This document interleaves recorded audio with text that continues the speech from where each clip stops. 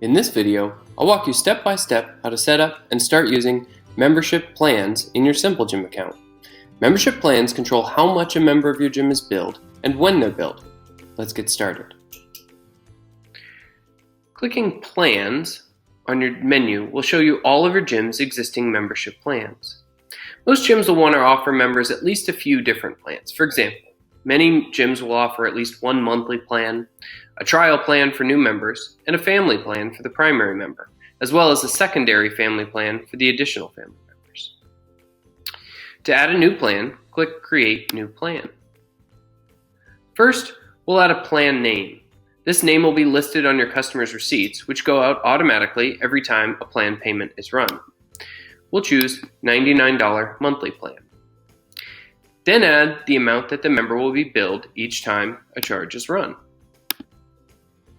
Then select how often the member will be billed. Since this is a monthly plan, we'll select month. Then enter the number of times that the plan will bill the member. This is a 12-month plan, so we'll pick 12.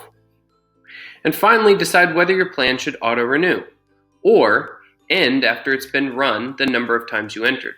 If you pick auto-renew, the member's billing will continue until you stop it. In this case, we want the plan to end after 12 months. So we'll select Off, which will mean that at the end of 12 months, an alert will appear in your account reminding you that the gym member will need to sign a new contract. Then click Save. Congratulations! You've now entered a member plan to your account. Now that you've added this plan, whenever you add new gym members to your account, you can assign the new gym member to this account.